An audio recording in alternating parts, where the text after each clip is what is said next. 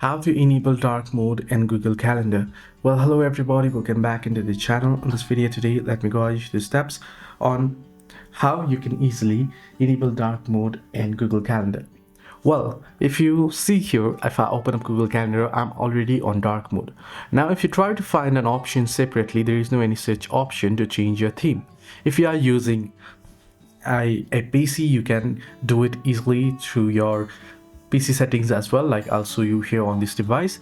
However, you can also use extensions if you are using browser, or you can change your browser theme to dark mode totally.